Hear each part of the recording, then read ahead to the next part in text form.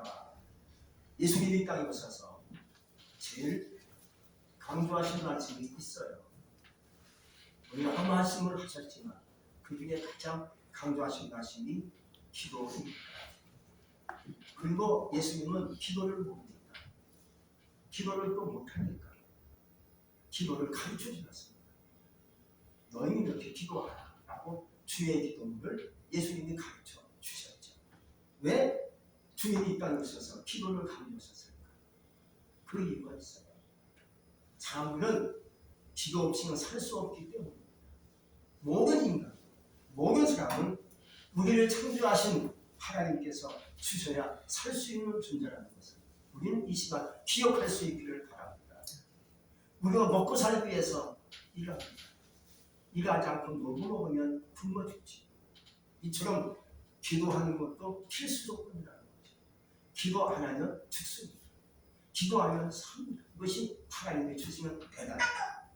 예수님이 이 땅에 오셔서 기도를 말씀하실 때마다 그 기도의 법칙을 말씀했어요. 오늘 말씀의 첫 번째 법칙을 먼저 말씀드리면 오늘 말씀 읽지 않은 것이 또 있습니다.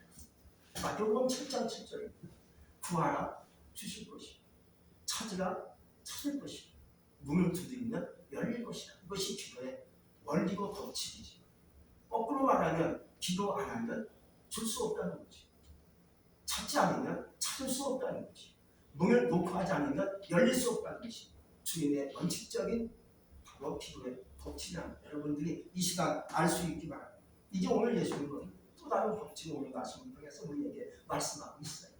한 여인을 통해서 또 하나의 기도의 법칙을 말씀해 주고 있어요. 첫째, 그 법칙이 뭘까요? 항상 기도하라는 거예요. 그것이 기도의 법칙이라는 거예요. 기도는 항상 해야 되겠고 쉬지 말아야 된다는 것이지. 호흡과 같은 거지. 우리가 호흡을 못하면 죽어야 안 죽어요? 죽습니다. 호흡 못하게 하는 그 물리적인 힘이 물속에 빠졌다든지 아니면 내가 코가 막혔다든지 뭐 입속에 뭐가 막히면 물리적인 힘 때문에 호흡 못하면 질식사 죽는 겁니다. 이처럼 기도는 호흡과 같은 겁니다. 주님과 호흡하는 것이 기도라는 거예요. 그래서 기도 안 하면 영이 죽어요. 영이 죽으면 그 다음에 뭐가 죽겠습니까? 육이 죽기 시작합니다. 마음이 죽기 시작합니다. 나중에 결국 내 인생이 망하고 마는 거예요. 그래서 기도는 안 할 수 없는 것이 하나님의 기도의 법칙이므로 오늘 말씀과 같이 예수님께서 말씀했잖아요. 항상 기도할 것을 우리에게 말씀해 주고 있어요. 어머니 한나의 기도로 태어난 사무엘 선지자가 있어요. 이 사람은요, 사무엘상 12장 13절에서 이렇게 얘기합니다. 나는 기도 쉬는 자를 범치 않겠다라고 고백합니다. 그만큼 기도가 굉장히 중요하다는 겁니다. 기도하면 하나님께서 영광 받으시고 내가 살고 다 살고 내가 기도하니까 나도 살고 교회도 살고 가정도 살고 이 나라가 사는 거예요. 기도 못하면 내가 먼저 죽어요. 가정도 망가져요. 교회도 힘들어져요. 기도 없이는 살 수 없잖아요. 기도해야만이 되는 것이지요. 또 사도 바울은 데살로니가전서 5장 17절에서 말씀하고 있습니다. 쉬지 말고 기도는 쉬지 않고 하는 것이 하나님의 뜻인데 하나님의 뜻이라는 것은 절대성을 가지고 있어요. 꼭 해야 한다는 것이 이것이 하나님의 뜻이 인간의 뜻은 가다가 변하기도 하고 가다가 이게 없어지기도 하고 있습니다. 그러나 하나님의 뜻은 절대적인 겁니다. 변하지 않는 것이 하나님의 뜻입니다. 그때부터 지금까지 우리가 세상 다닌 그날까지 말씀을 영원한 것입니다. 하나님의 뜻은 절대적인 거예요. 꼭 해야 하는 것이 선택이 없는 겁니다. 하나님 기도 안 하면 안 돼요? 오늘 기도 쉴게요. 내일 하면 안 돼요? 이런 것이 아니에요. 기도는 오늘도 어제도 내일도 계속하는 것이 기도의 연속성 하나님의 뜻인 줄로 믿습니다. 그래서 기도를 안 하면 넘어짐의 원인이 되니까 기도 안 하면 안 되는 것이죠. 우리가 지난 과거 속에서 넘어졌던 사건들을 찾아보면 하나의 근본이 따지면 기도하지 않았다는 것을 알 수가 있어요. 기도를 했으면 내가 안 넘어졌을 텐데 기도를 못해서 넘어진 것 같아요. 기도를 해야 했었는데 왜 그랬는지 그냥 기도 없이 시작했고 기도 없이 내가 추진하다 보니까 기도 없이 하다 보니까 넘어졌어요. 실패했어요. 결국 내 인생이 힘들어졌어요. 그래서 그래서 법칙 중에 법칙이 항상 기도할 것을 우리에게 오늘 예수님이 말씀해 주고 있어요. 그럼 항상 기도하는 어떤 결과가 따라오는 거예요. 오늘 예수님께서 비유로 어느 여인을 소개하고 있잖아요. 어떤 도시에 하나님도 무시하고 두려워하지 않고 사람을 무시하는 재판장이 살고 있고, 같은 도시에 어느 과부가 살고 있었는데, 이 과부는 우리가 그 사람은 자세히 그 내용은 모르겠지만은 한 맺힌 원수에게 맺힌 사건이 있었던 것 같아요. 그러니 지금이야 뭐 변호사로 하니까 뭐 얼마인지 뭐 찾아가서 얘기할 수 있는 법적인 효력이 있는데, 그 당시는요 재판장이 별로 없어요. 한 군데 있을까 말까 해요. 그러니 어찌합니까? 이 한 맺힌 여인이 자기의 원한을 풀어달라고 재판장을 찾아가는 겁니다. 찾아가는데 이 불의한 재판장, 하나님을 두려워하지 않고 사람을 무시하니까 그 여인의 원한 맺힌 사건을 아예 들어주지 않는 거예요. 아니 가세요. 시간 없어요. 귀찮아 죽겠어요 하고 막 그냥 내보내는 거예요. 근데 날마다 오네. 늘 찾아오네. 까들 어떻게 합니까? 귀찮아 죽겠네. 할 수 없지. 들어줘야지. 또 안 들어지면 또 찾아올 것 같으니까. 결국은 할 수 없이 불의한 재판장이지만은 그 여인의 원한 맺힌 사건을 들어주었다고 오늘 성경은 말씀해 주고 있습니다. 이것이 항상 기도하는 자에 따라오는 축복의 결과라는 거죠. 이런 삶을 살았던 사람이 있습니다. 이방 출신 고넬료라는 사람이 있어요. 사도행전 10장에 나오는 얘기인데 1, 2절에 말씀하고 있어요. 가이사라에 고넬료라 하는 사람이 있습니다. 이가 아니라 그대가 하는 군대의 대부장이라. 그가 경건하여 온 지방과 더불어 하나님을 경외하며 백성을 많이 구제하고 하나님께 항상 기도하느니라고 말씀해주고 있어요. 이 사람은 이방인이야, 유대인도 아니야. 근데 하나님께 늘 기도합니다. 군대 대부장이야. 대부장이 뭔지 아십니까? 100명, 200명, 300명을 이끄는 지도자입니다. 이탈리아, 지금 로마 이탈리아를 얘기하는 겁니다. 거기서 와서 천국에 일하는 백부장인데, 이 사람이 어찌된 것인지 하나님을 믿게 돼요. 예수를 알게 되는 그 하나님을 믿으면서 기도합니다. 항상 시간을 정해놓고 기도하는 마음인데 어느 날 하나님의 응답이 그에게 찾아와요. 그래서 베드로를 초청하여 말씀을 들을 것을 하나님의 천사가 와서 응답하는 것을 그가 똑똑히 눈으로 환상 가운데 봤지. 결국은 그 과정에 복음이 임하고 역사하고 축복이 임하고, 그리고 그때부터 이방 성경이 열리기 시작합니다. 사실 그 당시만 해도요, 이 복음이 유태인에게만 국한되어 있습니다. 그런데 오늘 고넬료를 통해서 하나님의 복음 역사가 만들어지고 시작되어지는데 이방인들에게도 복음이 열리는 역사가 하나님 되게끔 하셨다는 거죠. 우리는 사실 이방인입니다. 유태인이 아닙니다. 근데 복음이 전파됩니다. 나에게도 우리에게도 주의 복음이 임해서 예수 믿는 그런 사람이 되게 하신 일을 했습니다. 또 누가복음 20여 장에서는요, 기도의 삶을 직접 보여주셨던 분이 있습니다. 그 누군지 아십니까? 바로 예수님이십니다. 예수님은 기도가 습관이 되도록 하신 분이었습니다. 예수님처럼 우리도 뭔가 시간을 정해놓고 습관적으로 기도하는 자가 되시기 바랍니다. 누가복음 22장 39절에서 말씀합니다. 예수께서 나가서 습관을 따라 갈멜산에 감난산에 가시에 제자들도 따라가시라고 얘기해주고 있어요. 여러분, 우리는 마음이 뜨지 않길 바랍니다. 그래서 먼저는 하나님께 기도하는 자가 되시기 바랍니다. 기도하는 마음이 뜨지 않고요, 안정되게 주님을 바라볼 수 있는 시간이 됩니다. 기도하니까 마음이 항상 싱숭생숭해. 마음이 정리가 안 돼. 안정이 안 돼. 그러나 날마다 내가 이 시간에 기도하겠습니다라고 기도의 습관을 여러분들이 가지시기를 주님으로 축복합니다. 여러분 건강이 안 좋은 사람들은 좋은 습관을 들이면 점점 건강이 좋아지나요? 내가 왜 건강에 문제가 생겼을까 하고 가만히 따져보면 습관이 잘못됩니다. 먹는 습관, 음식 재료, 아니면 생활 습관이 잘못된 사람은요, 질병이 찾아오게 돼 있다는 거죠. 우리가 하루 세 끼 밥을 먹는 것처럼 기도도 습관 따라 기도하면 좋은 습관 속에 응답도 오게 돼 있어요. 내가 건강해질 수가 있는 거예요.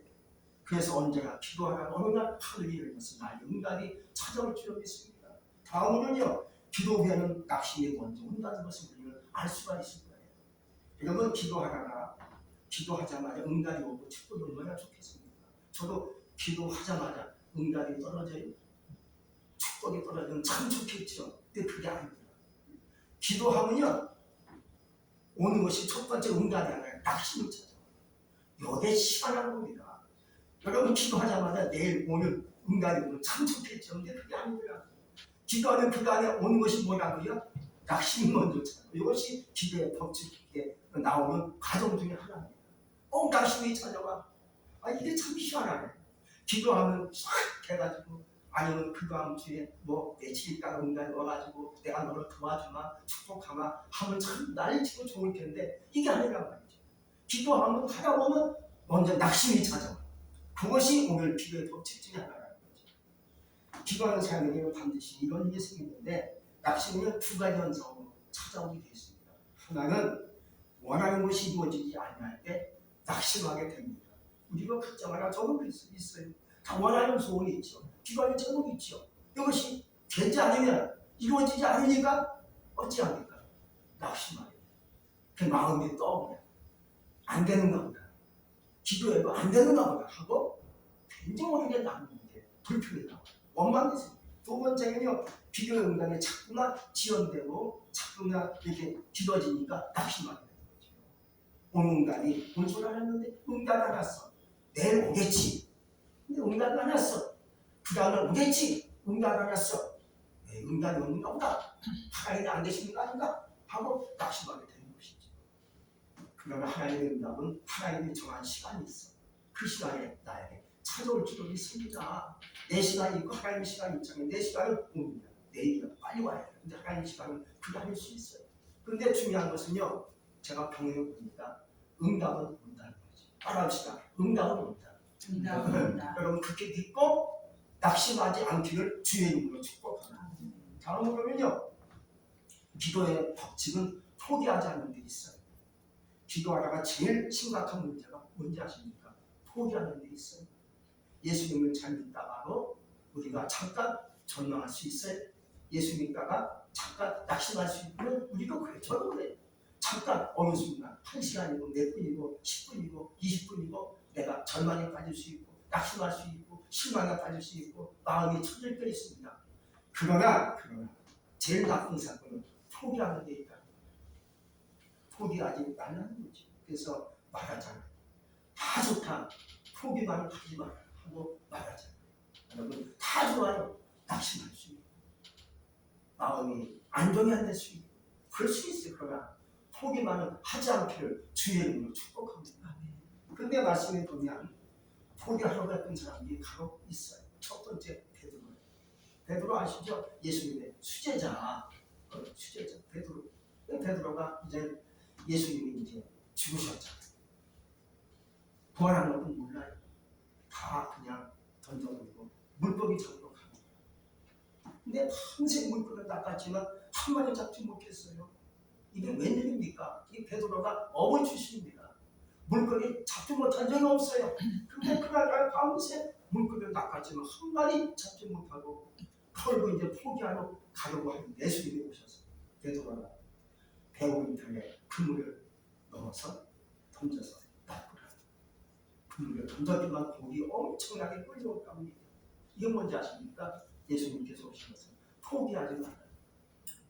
두 번째는요, 누가복음 24장에서는요, 엠마오로 가는 두 제자를 소개하고 있습니다. 이 사람들도요, 예수님이 죽으셨어요. 십자가 지시고 죽으셨잖아요. 무덤에 붙이셨잖아요. 근데 살아난 것을 몰라요. 부활의 역사를 몰랐어요. 그리고 그냥 실망한 채 이제 다 끝났다. 그래도 우리가 주님을 죽자사자 따라갔는데 예수님이 죽었습니다. 무슨 소망이 있는가? 꿈도 소망을 사라졌어 하고 두 제자가 엠마오로 가는 마을. 아마 그의 고향이 엠마오 같아요. 두 사람이 끄벅이같이 걸어가고 있는데 예수님이 오셔서 그에게 눈을 밝혀주시니까 예수님이시네. 부활하십니다. 이게 뭔지 아십니까? 포기하지 말라. 미국에 벤자민 프랭클이라는 사람이 있어요. 이 사람은요, 큰 돌을 쪼개려고 망치질을 합니다. 날마다 망치질. 큰 바위 같은 돌을 쪼개려고 망치질을 하는데 100번을 내려쳤는데 여전히 그냥 바위같이 큰 돌이 여전해요. 그래서 이제 끝난다. 안 되겠다고 포기하려고 했는데 그래 한 번 더 내찍자 한 번 툭치니까 싹 돌이 쪼개지더라고요. 기도했는데 응답이 없어요. 없으니까 이제 그 말을 하자. 기도하지 말아야지. 응답이 없는데 교회도 가지 말아야지. 응답도 없는데 하고 포기하려고 했는데 마지막 한 번 더 기도하자. 그 기도가 응답이 올 수 있다. 한번 따라합시다. 한 번 더 기도하자. 그렇지. 한 번 더 기도하자. 오늘 응답이 없는데 그래. 포기하지 말고 오늘 한 번 더 기도하자. 그래. 한 번 더 하면 되겠지. 한 번이 10번, 10번이 100번 하다 보면 어느 순간 하늘이 열린 역사가 나에게 임할 줄로 믿습니다. 쉽게 포기하지 않는 사람들의 세 가지 특징이 있대요. 어떤 사람이 포기하지 않을까? 포기하는 사람도 있고 포기하는 사람이 있는데, 첫째는요, 타인과 자신을 절대 비교하지 말라는 거지. 비교하면 포기하게 될 수밖에 없다는 거지. 아무의 친구가 그렇게 성공했어. 같이 옛날에 밖에서 놀고 한마디로 뭐 이렇게 그 보름날에 불 막 돌리기도 하고 자취비고 했는 친구였는데 그렇게 성공했어.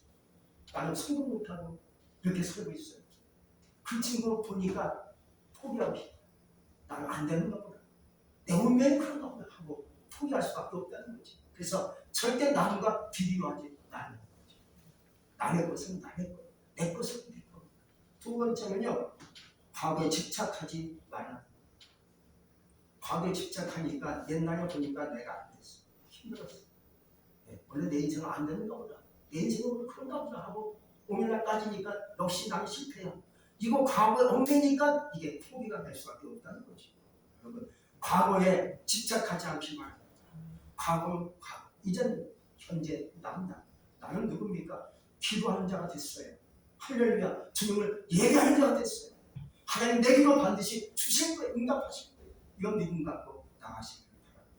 또 세 번째는요, 자신만의 삶을 있는 사람은 절대 포기할 수 없다는 것입니다. 여러분들 자신만이 갖고 있는 그 사명을 갖고 사시기 바랍니다. 여러분들의 사명이 있어요. 마음속에 뭐 주님 앞에 와서 하시는 것 사명이지만 또 각자의 삶 속에 있는 사명이 있어요. 그 사명을 갖고 사는 거예요. 나는 자부심이지. 난 이거 있어. 난 반드시 이거 갖고 내가 열심히 살 수 있어. 이게 사명인 거죠. 이것이 없으면 포기, 낭망, 절망 빠질 수밖에 없는 것이죠. 우리가 진정 원하는 것이 이루어질 줄 믿고 포기하지 않습니다. 7절에서 우리에게 오늘 말씀해 주고 있습니다. 한번 다 같이 7절을 읽겠습니다. 시작. 하물며 하나님께서 급함과 부유진을 택하신 자들의 영혼을 풀어주지 아니하시리니 저희에게 오래 참으시리이다. 결코 주님께서 우리의 기도를 내면치 않으시겠다는 거죠. 내가 한 마디 기도했어요. 오늘도 한 마디, 내일도 한 마디 했어요. 긴 시험 못했어요. 오늘도 주여 나의 문제 풀어주세요. 힘이 들어요. 도와주세요. 기도가 있지 않습니까? 내일도 꼭 기도해요. 그 기도가 있다면 하나님 내면 참으신다는 거죠. 근데 기도를 안 해. 포기했어. 그럼 하나님이 떠나시겠지. 하나님이 응답을 안 하시겠죠. 하나님이 나에게 역사하지 않겠죠. 그러나 내가 부족하고 가진 것도 없고 연약하지만 하나님 정했어요. 오늘도 기도할게요. 기도합니다. 우리 자신을 위해서 기도합니다. 교회를 위해서 기도합니다. 나 자신을 보고 기도합니다. 하고 기도하는 거예요. 한 가지 하는 거예요. 그 한 가지 기도가 하나님 부르시고 나에게 응답하실 줄로 믿습니다. 구약 성경에 보면 창세기에 나오는 인물 중에 요셉이라는 사람을 여러분 아실 거예요. 요셉은요, 애굽에 팔려갈 때 형통했어요. 그리고 감옥에 억울하게 들어갔을 때도 말씀해 보니까 그가 범사에 하나님의 형통케 하셨더라 하고 39장 23절에 말씀해 주고 있어요. 감옥에서 무슨 형통이야 불통이지. 근데 하나님 그 역사하지 않았어요. 비록 감옥이지만 그와 함께 하시니 그가 범사에 형통케 하셨더라. 이걸 요셉이 느낀 겁니다. 아, 내가 감옥이지만 내 삶이 형통하고 있구나 하고 형통을 생각하고 그 다음에 이 사람은 죄수에서 감옥을 끌려나갔지만 꿈을 포기하지 않았습니다. 나에게 꿈이 있어. 감옥이지만 죄수를 끌려왔지만 나에게 꿈이 있어.